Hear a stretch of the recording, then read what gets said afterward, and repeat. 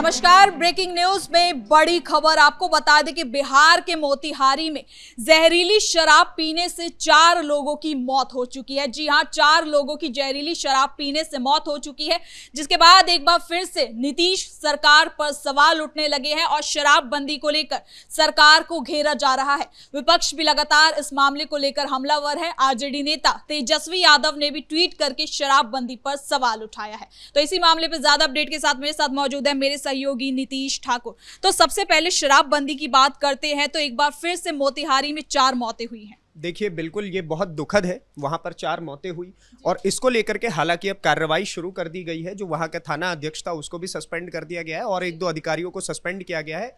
और जो बाकी लोगों की, वहां पर केवल 4 मौतें नहीं हुई है बल्कि वहां पर कई लोगों की आंख की रोशनी जाने की भी खबरें सामने आ रही है। तो उन सभी लोगों के इलाज की भी सुविधाएं सरकार ने अरेंज करवा दी है। अब आप समझिए कि जब ये शराबबंदी लागू हुई है उसके बाद से ऐसा नहीं है कि मौत के आंकड़ों में वृद्धि नहीं हुई है। इस चीज को कोई डिनाई नहीं कर सकता है। अब आप एक एक करके तस्वीरें देखिएगा। सबसे पहले इनके ऊपर हमलावर कौन होता है, तो ये भाई साहब जिनका नाम है प्रशांत किशोर। उसके बाद यहां पर तेजस्वी यादव की मुझे कहीं तस्वीर नहीं दिखती है, तो तेजस्वी यादव है और उसके बाद जीतन राम मांझी साहब हो गए। तो ये 3 लोग हैं जो इस वक्त लगातार शराबबंदी को लेकर के इनके ऊपर हमलावर हुए पड़े हैं। तो अब हम सबसे पहले इसमें बात करते हैं तेजस्वी यादव की। तेजस्वी यादव ने बड़ा दुख जताया, बड़ा खेद जताया, लेकिन सवाल उनसे भी पूछा जाना चाहिए। नीतीश कुमार के साथ 2 बार आरजेडी गठबंधन में रही है। पहली बार जब साल 2022 के समय पे, अगर मैं आपको बताता हूं, जब उप मुख्यमंत्री हुआ करते थे तेजस्वी यादव, तो ऐसा तो है नहीं कि जब साल 2016 में और 2022 में जब ये दोनों बार गठबंधन हुए तो जब वो सत्ता में आए तो उन्होंने शराबबंदी हटा दी हो। ऐसा नहीं है, क्योंकि उनके कार्यकाल में भी शराबबंदी थी और उस समय पर यही तेजस्वी यादव चीख चीख करके नीतीश कुमार के शराबबंदी के ऊपर सपोर्ट करते थे। लेकिन जैसे ही सत्ता परिवर्तित हो जाती है तो तेजस्वी यादव नीतीश कुमार के पीछे हाथ पैर धो करके पड़ जाते हैं कि देखिए शराबबंदी गलत है, शराबबंदी गलत है। लेकिन आप एक बात समझिए कि जब तेजस्वी यादव उप मुख्यमंत्री हुआ करते थे, दिसंबर 2022 का आंकड़ा मैं आपको बताता हूं कि 38 से 42 मौत उस समय पर जहरीली शराब पीने के कारण हुई थी। और उस समय पर उप मुख्यमंत्री कौन? तेजस्वी यादव। जिम्मेदारी किसकी? तेजस्वी यादव की।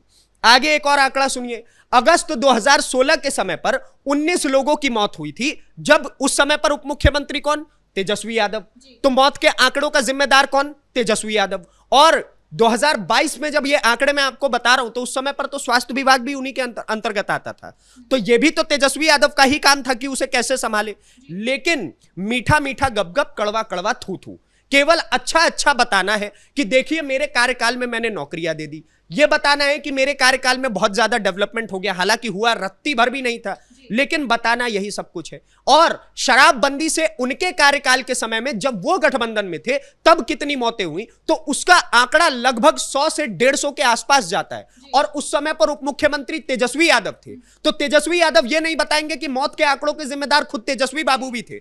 और दूसरी तरफ अब बात करते हैं प्रशांत किशोर जी की। इन्होंने भी कुछ टिप्पणी की है। अब आप समझिए, प्रशांत किशोर ने बोला कि मैं शराबबंदी जो है, मैं जैसे ही बिहार में आऊंगा, मेरी पार्टी सत्ता में आएगी तो हम शराबबंदी हटा देंगे। और बिहार की जनता, बिहार की महिलाओं ने एक मुश्त होकर के प्रशांत किशोर को ऐसा धक्का मारा कि अब तक वो संभल नहीं पाए हैं बिहार की राजनीति में। पहली बार ही स्टेप इन किए थे और 0 के साथ अपना खाता खोला उन्होंने और उसके बाद वापस पवेलियन लौट गए। तो यह प्रशांत किशोर की हकीकत है। बिहार की महिलाएं लंबे समय तक शराब के कारण त्रास में रही हैं, उनको कई त्रासदियों का सामना करना पड़ा है।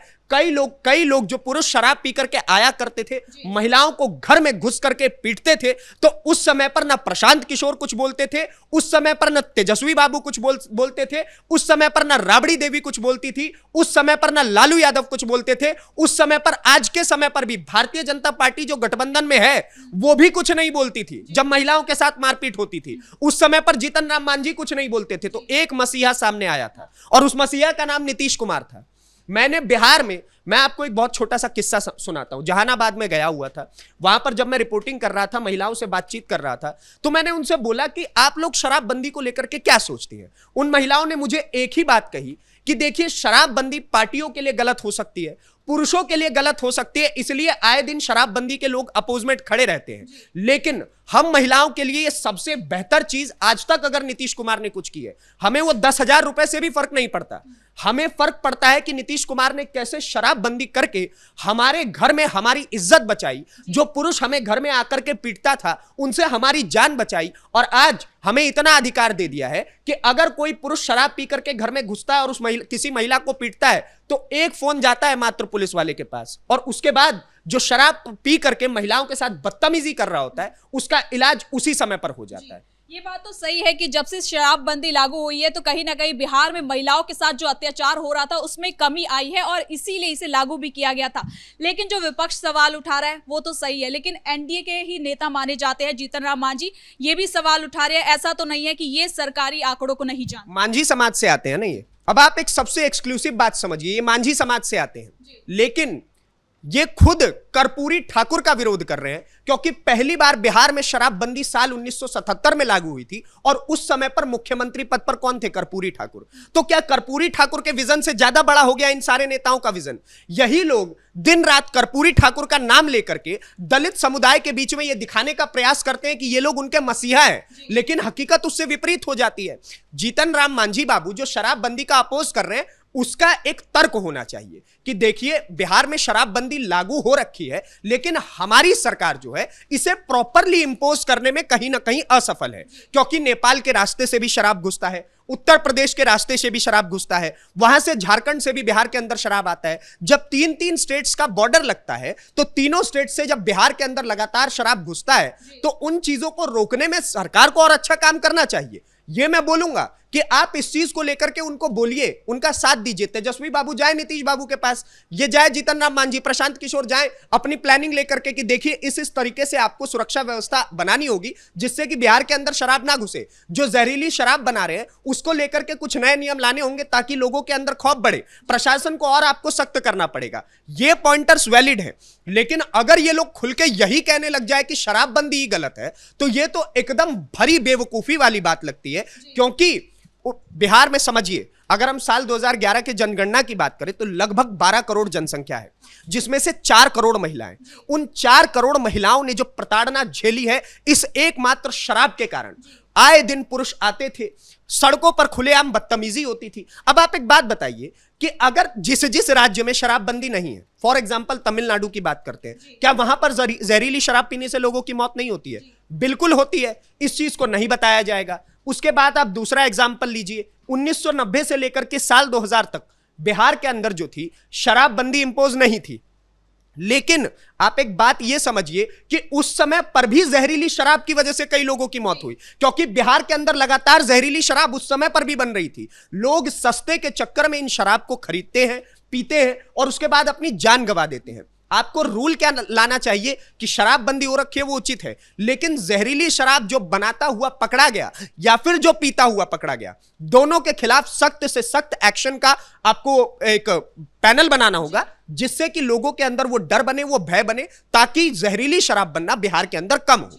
लेकिन इसका जमीन पर उतरना ना उतरना आखिर कैसे है? क्योंकि एक तस्वीर मैं आपको दिखाना चाहती हूँ, ये है स्वास्थ्य समिति के पदाधिकारी हैं, ये बिहार का ही तस्वीर है, इसमें आपको दिखा सकते हैं ये खुले तौर पर बैठ के शराब पी रहे हैं। इसके साथ ही एक मामला और आया था जहां पर एसपी भी कल बैठ के शराब पी रहे थे। तो क्या इनकी जो मिली जुली है उसके चलते ही बिहार में शराबबंदी लागू नहीं हो पा रही पूरी तरह से? बिल्कुल ऐसे ही कुछ भ्रष्ट अधिकारी जो या तो स्वास्थ्य विभाग में है, कोई पुलिस विभाग में है, कोई किसी अन्य विभाग में है, ये लोग सोचते हैं कि अगर हम लोग सरकार के खास हैं तो ऐसे में हम किसी भी प्रकार के नियमों की धज्जियां उड़ा सकते हैं, उसका उल्लंघन कर सकते हैं। और ऐसे में ये लोग क्या करते हैं, अलग अलग जगहों से शराब मंगाते हैं, उसको पीते हैं, उसकी वीडियो इनकी वायरल हो जाती है। इसको लेकर के भी प्रदेश की सरकार को ऐसा नियम बनाना चाहिए कि जैसे ही ऐसी वीडियोस वायरल हो उसी समय पर इन सारे अधिकारियों को निलंबित कर दिया जाए, इनकी सरकारी नौकरी छीन कर इनको समाज में एक मूर्ति की तरह दिखाना चाहिए कि देखिए शराबबंदी के बाद उसका उल्लंघन करने का हश्र ये होता है।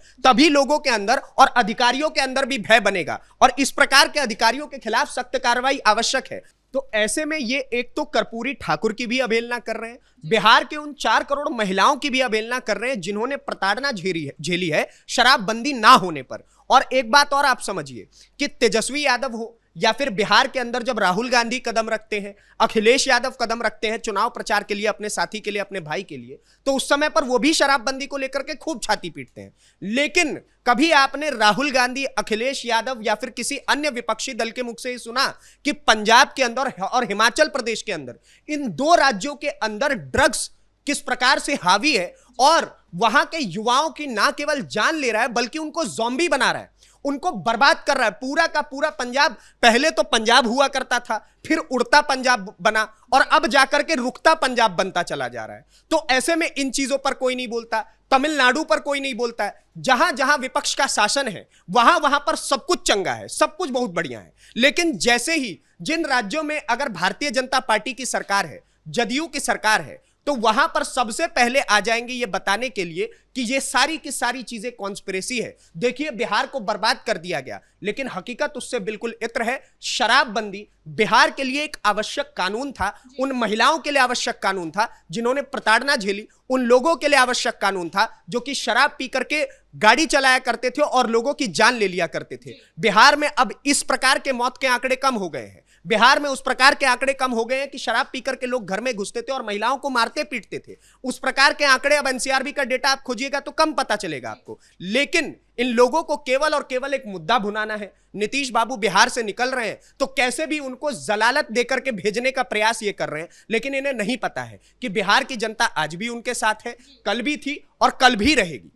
बहुत बहुत धन्यवाद नीतीश इन तमाम जानकारी के लिए। तो कुल मिलाकर बिहार के मोतिहारी में हुई 4 मौतों से एक बार फिर से सरकार पर सवाल उठने लगे हैं। जहरीली शराब पीने के बाद ये मौतें हुई है, जिसको लेकर तेजस्वी यादव ने भी अब सरकार पर निशाना साधा है। फिलहाल के लिए ब्रेकिंग न्यूज में इतना ही। कैमरा पर्सन कुणाल के साथ मैं सृष्टि शाह।